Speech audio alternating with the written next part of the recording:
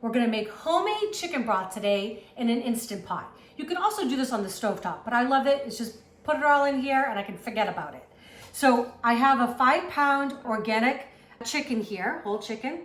Actually, you know what? I'm just gonna put it in here like this. Okay. And the nice thing about making things yourself is you can spend a little bit more money on buying something that's a little bit better for us. So I try to use all organic ingredients when I can. Got to put in about 10 cups of water. Here's 4 going in. I'm going to add, you want to make sure the chicken's covered by at least about 2 to 3 inches.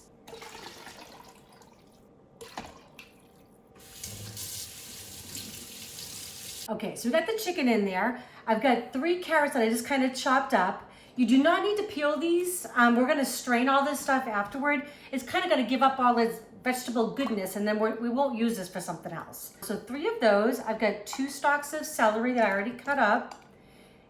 1 onion, same thing, no need to really peel. I've got 1 whole head of garlic going in. Love it. Okay, and then I have here about 10 little whole peppercorns going in. I'm not adding salt to this because I'm using this actually for 2 things. Tomorrow I'm gonna make up some vegetable chicken soup. And then I'm also gonna make a big ziti with some chicken and a bechamel. It's gonna be delicious. So I'm gonna kind of salt this for my other dishes. 1 whole bunch of parsley. I've got 1 little sprig of rosemary. I've got 4 little sprigs of fresh thyme. Oh, there's the other one. And I've got 3 bay leaves. So easy enough, right? All going in the pot. We're just gonna seal this on up.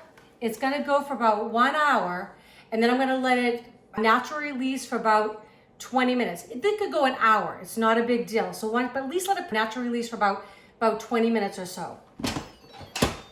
Okay. And we're just gonna set it for pressure cook. We're gonna set it for 60 minutes. And the great thing about that is now I can forget about it and go get some other things done. Okay, this smells so good in here. This has been going for about an hour, and then I let it naturally release for about 20 minutes. So what I'm gonna do is actually just kind of go through and just dig for the chicken in here, get that out, and then I'm gonna drain all the vegetables and everything in just a minute. But the great thing is this chicken's gonna go into 2 different dishes tomorrow. Making a delicious chicken and veggie soup, heavy on the veggies.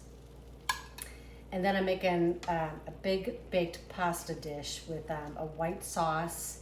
It's gonna be fabulous. All right, it's just falling apart. Obviously you can see how tender it is. So I did not salt this. You could. I just like to kind of control the salt in each of my dishes. So I'm just gonna add it to as I cook. And this broth is great too. Like you can let it cool.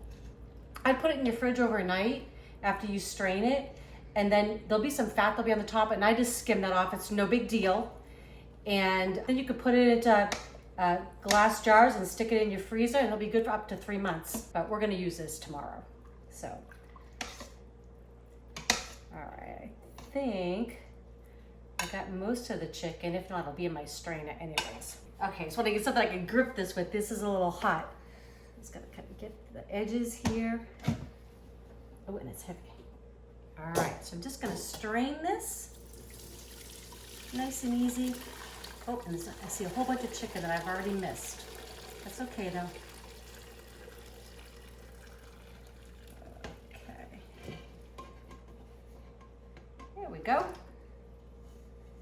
And we're just gonna let that drain. Okay, so look at this big bowl of deliciousness. I'm just gonna let this cool on the counter for a little bit till it comes to kind of room temp. Gonna put it in the refrigerator, let it cool completely overnight. We'll skim off the fat, and it's gonna make a fabulous soup for tomorrow. I hope you enjoyed this recipe. If you did, share it with friends. Click that like button and also that little bell so you get notifications on our next video. Enjoy.